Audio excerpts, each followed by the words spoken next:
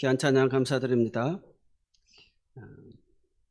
오늘 갈라디아서를 통해서 하나님께서 우리에게 주시는 하나님의 음성을 듣기를 원합니다. 갈라디아서는 소아시아 지역 사도 바울이 1차 전도 여행을 하는 가운데 가장 먼저 기록한 서신으로 이렇게 기록이 되어지고 있습니다. 어떤 특정한 교회를 향하여서 쓴 편지가 아니고 여러 교회들에게 보내는 그런 순환 서신이 되겠습니다.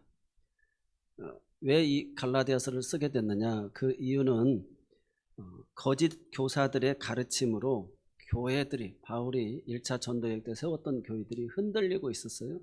그래서 그것을 바로잡기 위해서 이 갈라디아서를 쓰게 되어집니다. 그래서 갈라디아서와 로마서는 우리 기독교의 교리의 가장 큰 핵심이죠. 오직 의인은 믿음으로 산다라고는 말씀입니다. 유대주의자들은 어떤 거짓 교사들이었냐면 초기 기독교 내부 안에 유대인이었다가 그리스도인이 된 사람들이 그 유대주의자들이 되었던 것입니다.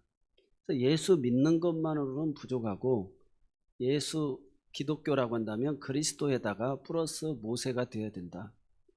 율법을 따라야 된다라는 내용입니다. 그래서 이것은 궁극적으로 민족주의를 이야기하게 되어집니다. 그래서 이방인들을 향한 편견, 또 너희들도 반드시 할례를 받아야 된다. 그래야 하나님의 약속의 백성이 된다. 그런 내용이고, 그들이 강조했던 것은 개종은 했으면서도 그래도 할례는 받아야 되고, 더 나아가서 우리가 음식을 잘 먹어야 된다. 그래서 먹을 거 안 먹을 거, 이것에 대한 음식, 그리고 그 음식을 누구와 함께 먹느냐, 이게 굉장히 그들에게는 중요했던 것입니다. 그리고 전통을 굉장히 중요시했던 것을 보게 됩니다. 그래서 예수님은 새술은 새 부대에 담아야 되지 새술을 옛 부대에 담았다가 터지게 되었다고 그랬잖아요. 그래서 오늘 우리에게 주는 이 복음의 핵심입니다. 바울은 매우 분명한데 다른 복음은 없다. 갈라디아서 1장 7절에 다른 복음을 전하는 자는 저주를 받을 것이다 라고 이야기합니다. 그래서 그리스도 예수에게 순종하는 것, 그 그룹 안에 속하는 것, 이것이 구원의 조건으로 이야기를 했어요. 그래서 너희가 유대인이 되려면, 기독교인이 되려면 이 할례와 그런 먹는 거, 그 다음에 전통을 따라야 돼서 이 그룹 안에 들어와야 구원을 받는다라고 하는 다른 복음을 전했던 것이죠. 그래서 그들을 향하여서 아주 흥분하게 되어집니다. 감정적인 그 편지가 이 갈라디아서에 막 사도 바울이 얼마나 화가 났는지 인사도 없습니다. 감사한 내용도 없어요. 칭찬도 거의 없어요. 그냥 분노와 안타까움이 막 그대로 배어납니다. 갈라디아서 3장 1절에서 어리석도다 이 갈라디아 사람들아, 매우 가격한 표현이죠. 할례를 주장하는 자들아 너희들을 스스로나 배워버리라, 뭐 이렇게 그러면서 갈라디아서 6장 17절 마지막 부분에 가서는 이후로는 누구든지 나를 괴롭게 하지 말라. 내가 내 몸에 예수의 흔적을 지니고 있노라 하면서 너희들 할례 받은 거, 그 배워낸 거 그거 하나 가지고 그러는데 나는 예수의 복음, 하나님의 말씀을 직접 받아서 전하고 내가 복음 전하다가 돌에 맞아 죽을 뻔도 하고 내 몸이 그렇게 상하고 찢기고 그 흔적을 다 가지고 있다. 나보다 더 그런 흔적을 가진 사람이 있느냐? 그러면서 더 이상 나를 괴롭히게 하지 말라라고 이야기합니다. 또 정말 눈이라도 빼어줄 정도로 바울을 사랑했던 이 갈라디아 교회가 그냥 이 거짓 교사들, 그런 유대 기독교인들, 이들이 이렇게 주장한 내용을 가지고 전부 다 신앙생활이 흔들렸던 것입니다. 그래서 초대교회의 가장 중요한 신학 논쟁이 이방인은 율법을 지켜야 하는가라는 내용이었습니다. 갈라디아서는 이에 대한 명확한 답을 주고 있어요. 사람은 율법이 아니라 오직 믿음으로 의롭게 되는 줄로 믿습니다. 그래서 바울은 율법과 복음에 대해서 균형을 잡아주고 있어요. 율법 자체를 부정하지 아니하고 율법은 죄를 깨닫게 하고 그리스도께로 인도하는 몽학선생, 우리 초등학교 선생님과 같다 이렇게 이야기하면서 율법을 대신에 구원의 조건으로 삼아서는 안 된다라는 걸 이야기하고 있습니다. 그래서 오직 은혜로 오직 예수 그리스도를 믿음으로, 오직 그리스도를 통하여서 우리가 구원을 얻게 되지 다른 사람을 통해서는 구원받지 못한다라고 이야기합니다. 한마디로 십자가의 이 사랑으로 우리의 구원은 충분하다는 것입니다. 아멘. 때로는 우리가 뭐 예배 생활에 좀 빠질 수도 있고 또 11조도 못하고 봉사도 못하실 수도 있지만 이 구원에 있어서만큼은 그리스도를 믿음으로 말미암아 얻는다는 것이죠. 그래서 오늘 본문의 말씀의 핵심이 형제들아 만일 무슨 범죄한 일이 드러나거든 신령한 너희는 온유한 심령으로 그러한 자를 바로잡고 너 자신을 살펴보아 너도 시험을 받을까 두려워하라. 그러면서 너희 짐을 서로 지라. 이 짐이라고 하는 것은 우리가 살아가다 보면 다 죄를 짓잖아요. 의인은 없나니 한 사람도 없기 때문에. 근데 그 죄를 자꾸 정죄하고 판단하고 하지 말라는 거예요. 그래서 너희가 그 사람의 죄를 보거든 나에게도 그런 모습은 없는지 살펴보고 온유한 심령으로 그러한 자를 바로 잡아서 한마디로 회복시켜 주라는 것입니다. 우리가 잘 아는 대로 예수님께서 가늠하다 현장에서 잡힌 여인을 데리고 오잖아요. 네가 하나님의 아들이고 사랑을 이야기하는데 모세의 율법에 이 가늠하다 잡힌 여인은 돌로 쳐 죽이라고 그랬는데 너는 어떻게 판결할 거냐라고 막 사람들이 흥분해가지고 돌을 다 들고 오잖아요. 그때 예수님께서 땅에 무언가를 쓰시면서 죄가 없는 자가 먼저 돌로 치라. 그래서 간음죄가 없는 자가 먼저 돌로 치라는 거예요. 근데 사람이 우리가 살아가면서 예수님은 마음으로 이미 음욕을 품은 것도 간음이라고 얘기했거든요. 그래서 우리가 한 사람도 마음에 그런 음욕 한 번을 품지 않은 사람이 있어요? 그러한 것, 그래서 음욕을 품은 것도 다 죄라는 것이죠. 그래서 그러니까 사람들이 다 돌을 내려놓고 돌아가게 되어지죠. 그때 예수님께서 오들오들 떨고 있는 그 여인을 향하여서 나도 너를 정죄하지 않는다. 그러면서 다시는 죄를 짓지 말라 이야기합니다. 그러니까 죄를 계속 지어도 괜찮아 이런 내용이 아니라 다시는 죄를 짓지 말라. 나도 너를 정죄하지 않는다 하면서 온유한 심령으로 그러한 자를 바로 잡아줘서 항상 자기 자신을 돌아보라는 거예요. 죄 없는 자가 먼저 돌을 치라. 그래서 오늘 우리에게 신앙생활에 있어서 자신을 살펴보아 너도 시험을 받을까 두려워하라. 이 말은 회복을 시키려는 노력하는 사람은 아주 적고 두려움에 찔린 이 사람,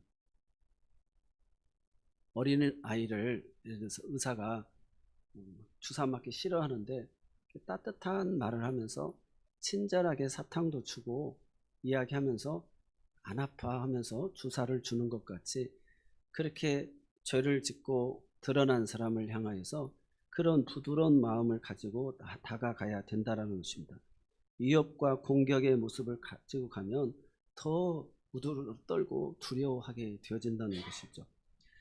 오늘 우리가 회복시키시는 예수님, 이 만물이 생동하는 새 봄에 그런 세상의 죄인들이 다 죄로 인하여 두려움과 고통 속에 살아가고 있거든요.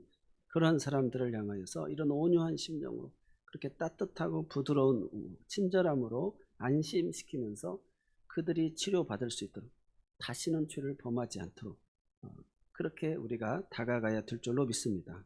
그래서 예수님은 서로 너희가 짐을 지라, 이 말은 서로 이렇게 회복을 시켜주라는 내용이 되겠습니다. 그 사람을 정죄하여 다시 너도 죄짓지 말고 그 사람으로 인하여서 너 자신을 살펴보고 그 사람도 회복시키고 너 자신도 회복시키라는 그런 내용이 되겠습니다. 예수님이 어느 날 설교로 어떤 집에 들어갔는데 사람들로 막 인산인해를 이루었어요. 막 갑자기 지붕이 열리고 사람이 이렇게 들것에 실려서 내려오는 거예요. 보니까 4명의 친구들이 그 자기 몸을 가눌 수 없는 중풍병자 친구를 데리고 와가지고 사람들로 인해 들어갈 수 없으니 지붕을 올라가서 뚫고 내리는 거예요. 그래서 예수님이 그 모습을 보고 그 내 친구의 아름다운 모습을 보았습니다. 서로의 짐을 지는 그 모습을 보고 감동을 받으시면서 내 죄사함을 받았느니라 하면서 그 중풍병자가 낫게 되어집니다.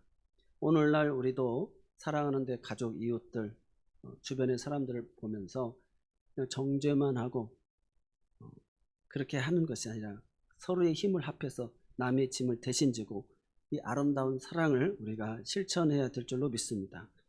그 사람의 믿음을 보시는 거예요. 그 사람을 어떻게든지 긍휼히 여겨달라고 살려달라고 하고 주님 앞에 데리고 나오려고 하는, 그래서 주님 앞에 올려드리는 거예요. 어떤 사람은 그래서 남편의 신발을 새벽 예배 때 같이 가지고 온 사람도 있잖아요. 그리고 주정헌금도 드리잖아요. 내 남편이 하나님 이렇게 주정헌금을 드리고 또 이렇게 이 발로 하나님의 제단에서 기도하는 사람이 되게 해달라고 어떤 그 믿음의 행위를, 그 사람의 믿음을 보시는 것이죠. 너는 무슨 죄가 많아서 중풍병에 걸렸니? 부모의 죄니 너의 죄니? 이렇게 우리가 그냥 쩌쩌쩌만 하고 아무런 행동을 하지 않는다면 짐을 지지 않는 것입니다. 우리가 사마리아 사람의 비유를 통해서 내가 강도 만난 자의 이웃이 되어주는 것처럼 또 나 자신이 강도 만난 자가 될 수도 있거든요. 그래서 우리가 이렇게 서로 회복시켜주는 짐을 서로 지라. 그래서 그리스도의 법을 성취하라. 그리스도의 법은 새 계명이죠. 사랑의 율법을 완성하신 것. 내가 너희를 사랑한 것처럼 서로 사랑하라. 그래서 완성하는 것입니다. 한 사람의 회복을 위하여서 한마디로 시간과 물질과 수고를 기꺼이 지불해야 된다는 말씀인 줄 믿으시기 바랍니다. 우리 주위에 낙심과 절망에 사로잡혀 정말 꼼짝 못하고 죽어가는 사람들이 얼마나 많이 있는지 모릅니다. 그래서 이유 없이 사고를 당하고 죽어가고 있는 사람들. 정말 항상 내가 누군가의 그런 아픔을 위로해 주는 자였는데 내가 그 당사자가 될 줄 누가 알았겠어요? 그래서 우리 제주항공 무한 사건을 통해서도 그 고백, 그 공무원의 이야기죠. 내 가족들이, 누구도 이걸 누구도 책임지지 않냐고 해결해 주지 않아가지고 정말 그 피해자들은 또 1년 동안 그 아픔을 겪는 모습을 보게 됩니다. 오늘 우리 모두는 짐을 서로 지라는 말은 서로를 회복시켜주라. 그 사람을 따뜻하게 친절하게 부드러운 음성으로 시간과 물질과 이걸 다 사용하면 결국 나 자신도 되돌아보면서 나도 회복시키고 그 사람도 회복시키는 그런 은혜가 있는 줄로 믿습니다. 두 번째는 우리가 서로 도와주라는 내용이 되겠습니다. 서로 도와주라. 주변에 힘들고 지쳐있는 사람들이 많습니다. 살림을 하는 분들은 정말 집안일은 끝도 한도 없어요. 해도 표도 안 납니다. 변화가 아무런 변화도 없어요. 자녀들도 말을 안 들어줍니다. 따뜻한 말 한마디 기대하지만 남편에게도 또 아내에게도 서로가 상처와 아픔으로 한마디씩 던지는 말들이 그런 상처와 아픔이 되어집니다. 사업을 하시는 분들도 얼마나 어렵습니까? 기업을 운영하는 분들도 얼마나 어려운지 모릅니다. 우리가 대통령의 역사를 통해서도 보면 얼마나 비극적이고 아픔이 많습니까? 근데 오늘 우리가 우리 사회에 보면서 입시 지옥이나 또는 그 건축주 이야기하면서 서울 밑에 분당 뭐 이렇게 이야기하면서 가진 자는 한없이 가지고 없는 사람은 없고 그렇게 살아오던 시절인데 그래도 대통령이 사람이 바뀌어가지고 어쨌든 뭐 코스피가 3천에서 5천, 6천까지 올랐다고 해서 그래서 코스피가 6천 오른 거고 나하고 무슨 상관이지? 우리하고 무슨 나라에 무슨 혜택이 있지? 한번 제가 이렇게 살펴봤어요. 그랬더니 코스피가 6천이 되어지니까 일단 국민연금이 우리가 고관리 빨리 될 텐데 수입이 많이 올라가지고 우리가 은퇴를 해도 국민연금이 나올 돈이 고갈할 수 있는 기간을 연장을 많이 해놨다는 거예요. 그러니까 국가가 만약에 고갈이 빨라지면 국채를 발행하고 해서 또 계속 그걸 메꿔야 되는데 국가적 재정적 임금 부담을 덜어줬다라는 데 의미가 있고 또 우리가 코리아 디스카운트라고 해가지고 주식하면 다 망한다 이렇게 생각했는데 한국이 이제 기업들이 실적으로 우리가 슈퍼 사이클이라고 해가지고 지금 실적들이 좋아지잖아요. 그러니까 거품에다가 그런 허황된 것을 하면 망하는 일이지만 이제는 코리아 프리미엄 그래서 한국의 주식들이 저평가되고 한국의 기업들이 저평가되졌다 해서 지금 방산이라든지 여러 가지 기업들이 우리나라가 오르면서 그 회사채를 발행하고 또 투자가 되어지고 그런 유상 증자도 할 수 있고 해서 재창출이 많이 일어난다는 거죠. 미국과 유럽이 왜 강하냐? 금융이 강하기 때문에 그렇다는 것입니다. 그래서 우리 한명석 목사님하고 김지은 목사님이 전에 와서 한국은 왜 이렇게 부동산에만 다 그 열을 내는지 모르겠다. 미국은 다 이렇게 주식으로 금융으로 해서 엔비디아라든지 테슬라라든지 애플이라든지 이런 나라들이 기술주들이 다 발전이 돼가지고 그 나라가 부강해졌다는 거예요. 그래서 외국의 자본들이 많이 우리나라에 들어오면 그런 외화가 들어오기 때문에 우리나라의 그런 그 환율도 안정적이게 되어지고 또 경쟁력이 국가 경쟁력이 있게 되어져서 기업이 많이 창출하면 청년들의 일자리도 만들어지게 되어진다는 것이죠. 어쨌든 우리나라가 이렇게 그 아틀라스 현대가 해가지고 새만금에다가 뭐 9조 가까이 해서 그런 기업이 유치가 되면서 일자리가 어마어마하게 만들어진다고 그러잖아요. 그래서 평택도 죽어가던 평택이 다시금 막 삼성으로 인해서 다시 살아나고 있고 용인도 다시 그 어마어마한 자금들이 살아나게 되어지는 것을 보게 되어집니다. 그래서 정말 국가의 신용도가 이렇게 국가의 경쟁력을 가져다 주는구나. 그래서 GDP라고 하는 것은 1년에 우리가 생산해서 얻어진 월급과 같은 건데 이 주식이라는 것은 시장 가치관에서 재산, 부동산과 같다라는 거죠. 자산 가치가 이렇게 높아졌다. 시가총액에 대해서 우리나라가 독일보다도 더 많은 삼성전자 하나가 그런 큰 시가총액을 이루었다고 이야기합니다. 그리고 현대도 테슬라보다도 더 버금가는 그런 그 규모를 지금 로봇 사업으로 이루었다고 그래요. 그래서 우리가 전에는 다 부동산으로 해서 피받고 그 지역 발전하고 해서 수입을 얻었는데 이 부동산은 묶인 돈이고 순환이 되지 않고 그런데 그래서 갈수록 건축주 가진 사람들 했는데 지금은 인구도 줄어들고 일본이 대표적으로 부동산 사업으로 해서 이렇게 망하게 되어졌다는 것입니다. 일본이 대표적으로. 그래서 우리나라가 이렇게 금융시장으로 와서 이렇게 기업이 살 수 있도록 그래서 우리가 여기에 일하는 것을 하나님 항상 중요시 여기고 그것을 기업에다가 내가 옛날에 그 목회를 할 때 어떤 분이 자기 자녀들이 결혼하면 우리나라에 가장 싼 땅을 막 산다는 거예요. 저쪽 막 강원도 어디 최고 땅을 사서 나중에 그것이 10년, 20년이 되면 개발이 되면서 엄청 돈을 번다고 그래서 그걸로 선한 사마리아 병원도 짓고 뭐 큰일 한다고 이야기했던 사관학교 제가 그 가서 교육 받았던 기억이 납니다. 근데 우리가 그냥 회사의 가능성을 보고 그냥 꾸준히 그 주식을 하나씩 모으고 10년, 20년 돼서 자녀들에게 남겨줄 때 그 회사의 가치가 엄청 일하고 부지런하여서 평가를 받게 되어지면 그 아이들에게 많은 부를 줄 수가 있죠. 그러니까 그것은 경제적인 그 혜택을 준다는 것입니다. 이것은 우리가 다른 의미에서의 이야기가 아니라 그 물질의 노예가 되지 않도록 그래서 돈이 일하게끔 만들고 우리가 기도하면 성령님이 일하시는 것처럼 그래서 이렇게 균형 있는 삶을 살아야 된다는 것이죠.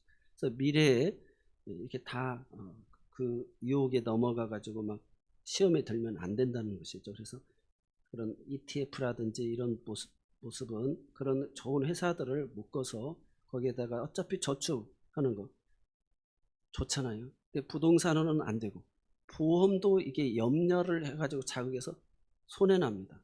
보험 깨져가지고 손해난 경우가 얼마나 많습니까? 그래서 어쨌든 우리가 그 현금화 시킬 수 있는 그런 방법을 생각해서 서로 도와주는 마음. 나중에 이 선교도 어떤 것도 또 돈이 흐르게끔 만들잖아요. 복의 근원이 되고 복이 되게끔 만들지 않습니까? 그래서 하나님의 영광을 위해서 청빈한 그런 부자가 돼서 나의 사치와 부가 아니라 그렇게 나를 통해서 그런 하나님의 영광이 드러날 수 있도록 이렇게 흘려보내야 될 줄로 믿습니다. 우리가 나라와 민족을 위해서 기도만 하는데 3.1절을 놓고도 기도를 하는데 두 부류로 막 태극기를 다 들고 기도하고 있어요. 그런데 이렇게 민족주의에 사로잡혀 가지고 구원받지 못할 자로 생각해서 할례를 받아야 된다. 우리 민족의 이방인들에게 그것을 막 강요해서는 안 된다는 것입니다. 이것은 무엇을 의미하냐면 성령의 능력을 제한시켜 버린다는 것이죠. 제한시켜 버린다. 그래서 열심히 일을 하고, 그리고 그렇게 가치 있는 기업에 투자도 하고, 또 그렇게 하나님 앞에 기도하시면서 성령이 주시는 것에 따라 하나님 뜻대로 검소하게 살아가면 우리가 정말 배워서 남주고, 또 부를 통하여서 다른 사람에게 더 나누고자 하는 그런 마음 우리가 갖게 되어질 줄로 믿습니다. 그리스도의 법을 성취하라. 오늘 기독교는 구원이, 그래서 천국에 가면 어떤 것이냐, 황금과 유황과 있는 것이 아니라 관계가 회복이 된 것이 천국이라는 것이죠. 관계가 회복이 된 것. 그래서 우리가 잘 아는 인도의 성자 선다싱의 애화가 있습니다. 두 사람이 추운 겨울 여행 중에 높은 산을 넘어가게 되는데, 산을 넘는데 저 앞에 한 사람이 지쳐 쓰러져 있어요. 한 친구가 말합니다. 저 사람을 함께 부축하여 데려가자. 야, 너 미쳤냐? 우리 목숨도 위험한데 그래도 어떻게 사람이 죽어가는데 모른 척 할 수 있느냐 하면서, 그 친구는 난 그렇게 할 수 없다라고 하면서 혼자 그 사람을 부축해서 데려갑니다. 또 한 사람은 투덜투덜하면서 그 먼 길로 떠나버립니다. 힘들게 산을 넘다 보니까 자기의 몸이 열이 나게 되지고 그곳을 건널 수 있었는데, 도달할 때쯤 되니까 먼저 간 친구가 추워서 얼어 죽게 되어진 것을 보게 되어지죠. 오늘 우리의 짐이 무겁습니다. 다 아이들은 입시 전쟁, 취업 전쟁, 또 지방 소멸, 또 부는 가진 사람은 더 많아지고 없는 사람은 없게 되고. 그런데 이 일은 결국 가난한 사람도, 청년들도 부자가 될 수 있는, 또 한마디 부자가 목표가 아니죠. 거룩한 부자죠. 그래서 그러한 어떤 기회에 그 제공을 해준다는 사실에서 감사하다는 것입니다. 그래서 강도 만난 사람의 그 이유처럼 오늘 우리가 내가 또 누군가의 강도 만난 자가 될 수도 있고, 그를 긍휼히 여길 수 있는 마음을 가지고 우리가 살아가게 될 때 다른 사람의 짐을 서로 지어주면서 그리스도의 법을 성취하는, 완성하는 그 자리에 나아가게 될 줄로 믿습니다. 우리가 신앙생활하면서 믿음으로 행하지 않는 것이 다 죄라고 그랬어요. 로마서 14장 23절에 보면, 갈라디아서와 로마서는 이게 다 믿음장인데 먹는 것 때문에 이 유대인 그리스도인들과 항상 논쟁이 벌어집니다.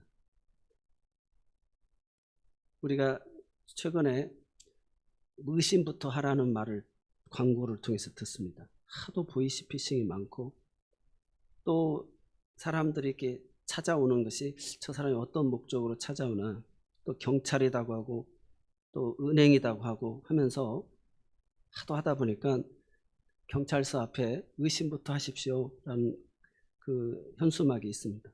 그러다 보니까 이 논리로 인해 가지고 신앙 안에서 믿음이 없는 신앙생활을 하는 사람들이 많습니다.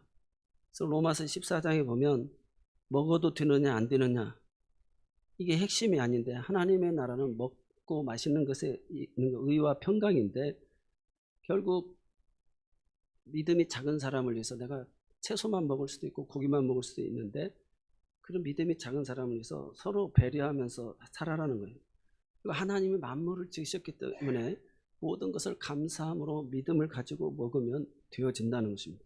사람의 눈치를 보고 이렇게 하다 보면, 습관 때문에, 종교적 형식 때문에 살아가다 보면 안 된다는 거예요. 그래서 바울 사도가 믿음이 없이는 하나님을 기쁘시게 못한다는 것입니다. 겉으로 신앙인 것처럼 보여도 믿음이 없는 행동을 할 때가 많다는 것이죠. 그래서 하도 의심하다 보니까 교회 안에서도 이제 하나님을 섬기면서도 의심이 너무 많은 거예요. 예수님께서 제자들을 가장 크게 책망하신 것이 믿음 없는 것입니다. 풍랑을 만나서 다 죽게 돼가지고 주여 우리가 죽게 되었습니다. 이 믿음이 작은 자들아, 내가 여태까지 너희와 함께하고 보리떡 7개로 4,000명을 먹이고 오병이어로 그 5만 명, 5,000명을 먹인 것을 기억하지 못하느냐. 그래서 이 믿음이 적은 것을 책망하고, 주시거든 저를 명하여 무리를 걷게 하소서. 그 베드로가 딱 걷는데 바람과 바다를 바라보는 순간 쏙 빠져들게 하게 되어지죠. 그래서 주여 나를 구원하소서 할 때 그의 손을 잡으시면서 왜 의심하느냐 믿음이 작은 자야 하면서 주님이 책망하시는 것을 보게 되십니다. 믿음은 반드시 행동으로 나타나게 되어 있어요. 그래서 행함이 없는 믿음은 죽은 믿음이라고 그랬습니다. 그래서 믿음을 가지고 하나님을 기쁘시게 하기 위해서 기도도 해야 되고 순종도 해야 되고 전도도 해야 되고 헌신도 해야 되고 성경도 믿음을 가지고 읽어야 된다는 것입니다. 이 믿음이라고 하는 것은 확신이 아니라 할 수 있다, 할 수 있다 이런 확신이 아니라 하나님을 신뢰하여 행동하는 의존적인 것이 믿음이라는 것입니다. 그래서 하나님이 만물을 생동케 하시는구나. 하나님이 나에게 2026년 새해를 주셨구나. 새 봄을 주셨구나. 이렇게 하나님을 신뢰하고 인생을 살아가는 거예요. 죄라고 하는 것은 목표가 빗나간 것이 죄거든요. 하나님을 신뢰하지 못하는 것이 죄라는 것입니다. 나쁜 행동을 만들어낸다는 거예요. 그래서 믿음을 가지고 오늘 하루도 감사하면서 사시고 오늘 믿음을 가지고 새 봄에 다시 한번 의욕을 가지시고 생기를 가지시고 우리가 전도하는 일에 또 그렇게 신방받는 일에 힘써야 될 줄로 믿습니다. 그래서 우리가 교회를 개척하고도 6개월을 작정하고 하나님께서 일하신다라고 생각하여서 정말 1년 만에 이렇게 땅도 사고 건축도 했잖아요. 없는 것 가운데서 있게 하신 하나님. 그래서 믿음을 가지고 행하는 것이죠. 그래서 이번에 우리가 5월 마지막 주, 6월 첫째 주까지 해서 새해부터 시작하여서 20주년 창의 일꾼들도 뽑고 교육도 들어가면서 그다음에 이제 3월부터 이제 전도를 하려고 건빵을 엄청 많이 사놨습니다. 그래서 오늘 식사 시간에 꼭 건빵 한 봉지씩 드시고 건빵은 우리가 전도를 하고 그다음에 음식물 쓰레기 봉투 든 전도지는 내가 사는 아파트 옥상 그 최고층까지 올라가서 그냥 무조건 하나씩 다 그 음식물 쓰레기와 함께 넣어 주시면 하나님께서 일하여 주실 줄로 믿습니다. 우리의 믿음으로 행한 것, 시간과 물질과 또 그런 헌신을 통해서 하나님이 일하여 주실 줄로 믿습니다. 그리고 유대인에겐 유대인과 같이 헬라인은 헬라인과 같이 야만인은 야만인과 같이 다 그 사람이 믿음의 분량이 다 있다라는 것이죠. 다 나와 같아야 된다라고 하지 마시고 서로 이해하면서 오늘 우리가 그렇게 믿음으로 행하며 살아가고 모든 자와 더불어 화평하게 살아가고 관계가 회복이 될 때 하나님께서 영광을 받으시는 줄로 믿습니다. 우리가 신방도 봄 신방입니다. 유대인들과 같이 집안에 있는 곰팡이, 균 하나까지도 다 좀 청소도 좀 하고 우리가 주님 앞에 찾아오신 것처럼 이제 주님이 우리 가정에 찾아오시는 거예요. 이 봄과 함께 찾아오듯이 기도의 응답도 이루어지고 하나님의 약속도 이루어지고 또 그 가정에 그런 소망하는 것도 이루어지는 그래서 정말 주의 이름으로 방문하는 것 그래서 그렇게 믿음으로 맞이하고 또 신방을 받으시기를 바랍니다. 또 우리가 지금 화요일하고 금요일처럼 매일 이제 전도를 해야 되겠다라는 생각을 했어요. 뜻하지 않게 정말 많은 사람을 만나고 또 사람들이 반응이 좋은 것 같아요. 그래서 오늘 하나님 내게 주신 그 은혜를 가지고 이제 전도해야 되겠다. 그래서 우리가 이번 임직식 때는 정말 한 60명 정도 우리가 예배도 드리고 또 가을 추수감사절 때 가가지고는 한 80명 다시금 그 초창기의 그 은혜를 회복하는 은혜가 있어져서 정말 생명이 넘치고 그렇게 모두를 아우르고 포용할 수 있는 그래서 어린 아이로부터 장년에 이르기까지 노년에 이르기까지 정말 그런 영적 건강함과 균형 있는 그런 아름다운 공동체성이 회복된 우리 교회가 되어야 될 줄로 믿습니다. 마지막으로 마가복음 5장에 보면 혈루증을 앓는 여인이 12년 동안 병을 낫지 못했습니다. 돈도 다 쓰고 의사도 다 포기해서 그러나 어느 날 예수님의 이야기를 듣고 그가 내가 그의 옷에만 손을 대어도 낫겠다 이 믿음을 가지고 정말 사람들의 틈을 비집고 들어가서 예수님의 옷자락을 만졌을 때 주님의 능력이 나갔습니다. 누가 내 옷을 만졌다. 아니 주님 이렇게 사람이 밀치는데 왜 그러십니까? 라고 할 때 아니다. 믿음의 능력이 나갔다라고 이야기합니다. 그래서 따라 내 믿음이 너를 구원하였다라고 이야기해 주는 것처럼 오늘 또 기적은 믿음을 통하여서 일하시는 줄로 믿습니다. 그래서 오늘 새로운 교회 우리 모든 가족들이 정말 서로의 짐을 지는 마음으로 정죄하고 판단하는 그 신앙의 자리에서 오늘 서로 도와주는, 그래서 항상 그 사람의 모습을 통해서 내 모습도 바라보면서 같이 회복하시고 서로 도와주는 것이 결국 나를 돕는 일이 되어지고, 그래서 믿음으로 이렇게 신방도 하고 전도도 하고 이렇게 하여서 주님이 그 사람들의 믿음을 보고 내 믿음이 너를 구원하였다, 내 죄사함을 받았다 하는 은혜가 우리 교회 공동체 안에 있어지고, 이 세봄에 오늘 우리 교회 공동체 모든 개인과 가정과 심령에게 이루어지시기를 주 여러분 축원합니다. 기도하겠습니다. 사랑의 하나님 아버지, 의심이 가득한 세상 속에서 우리의 마음까지 의심으로 물들어 있음을 고백합니다. 믿음이 없이 살았던 시간을 회개합니다. 다시금 우리 교회가 믿음으로 행하는 교회가 되게 하여 주옵소서. 건빵 전도에 믿음을 주시고 봄 대신방에 믿음을 주시고 기도와 순종에 믿음을 더하여 주옵소서. 환경을 보지 않고 하나님을 보게 하여 주옵소서. 믿음의 기적을 경험하는 우리 새로운 교회 공동체 가족들 모두가 되게 하여 주시옵소서. 예수님의 이름으로 이 모든 것 감사하며 기도드리옵나이다. 아멘.